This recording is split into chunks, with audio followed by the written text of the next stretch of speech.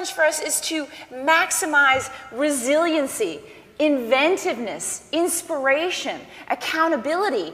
And that means we have to fundamentally rethink how we manage organizations, how we define leadership, how we design work, and how we measure value. I would argue that we're at a real inflection point when it comes to how do we inspire and organize human effort. There's this whole collective experiment going on in the world around what gets people out of bed in the morning and what fires up their imagination, their initiative, and their full passion.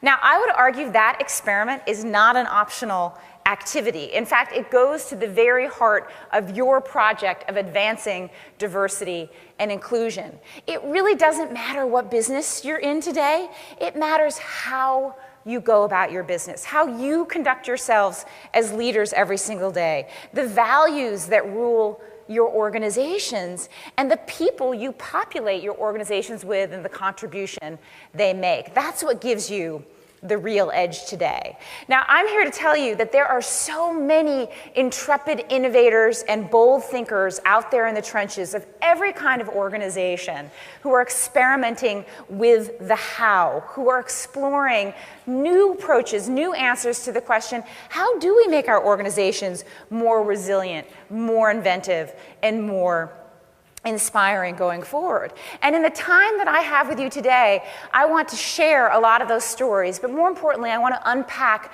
3 questions that I think go to the heart of your challenge, that go to the heart of that big mega challenge of how do we create organizations that are fit for the future. And hopefully I'll leave you with a set of productive and provocative questions that inspire conversations inside your own organizations and among you, this group as peers. So let me just lay out those 3 questions and we'll dive right into it in the very short time we have today. So first, what ideas are worth fighting for? The value you create more than ever is dependent on the values you assert as an organization.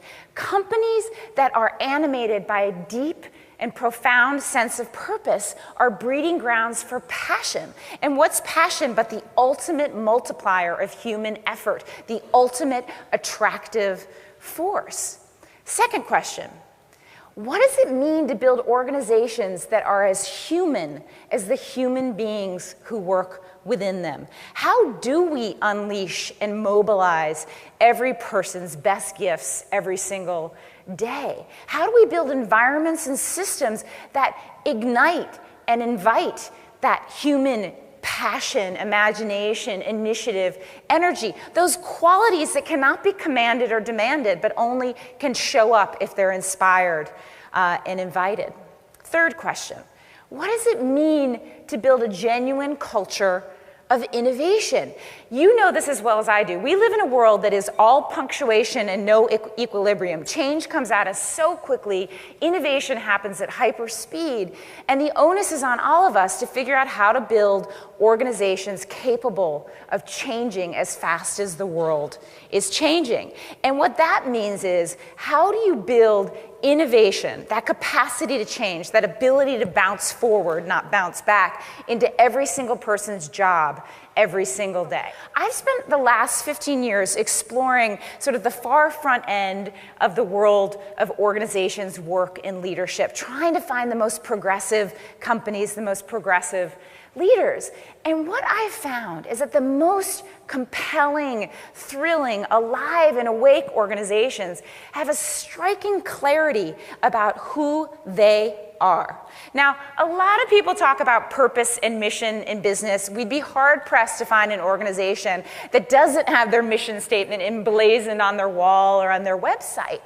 But we'd be equally hard-pressed to find many organizations that really mean it. And when you really mean it, when you stand for something different, when you're not just going through the motions, purpose is an utterly distinct and deeply felt point of view. It's a set of ideas that fundamentally shape the sense of what's possible for your people, for your customers, for the wider world. And as important as it is to build a high-performing organization today, and as hard as it is, that's just table stakes. You have to advance a cause. You have to imagine and advocate for a better future, not just for your company, but for your whole profession, for your whole industry. And you have to pull people along toward that vision. Leadership is a conversation so much about action, exerting influence, making decisions. And I would just submit a little mind flip. What if we spent just as much time cultivating a successful inner life? What if we spent just as much time being really sure about what our true values and purpose were, developing emotional resilience and equanimity to deal with all the change and turbulence in the world? Now, that's not what success looks like on CNBC. But I would argue it's a real source of advantage, and more importantly, a real source of fulfillment. Second point, it's increasingly important to develop the disciplines and the habits of mind of artists, even if you don't think you're an artist or close to an artist. Why is that? Well, I talked to Dan Wieden, who's the co-founder of Wieden Kennedy, the guy who wrote Just Do It, and I said, what does it mean to be a leader of a creative, thriving organization today? And he thought about it for a minute, and he said, you know what? I think my job is to walk in stupid every day. Walk in stupid? Why?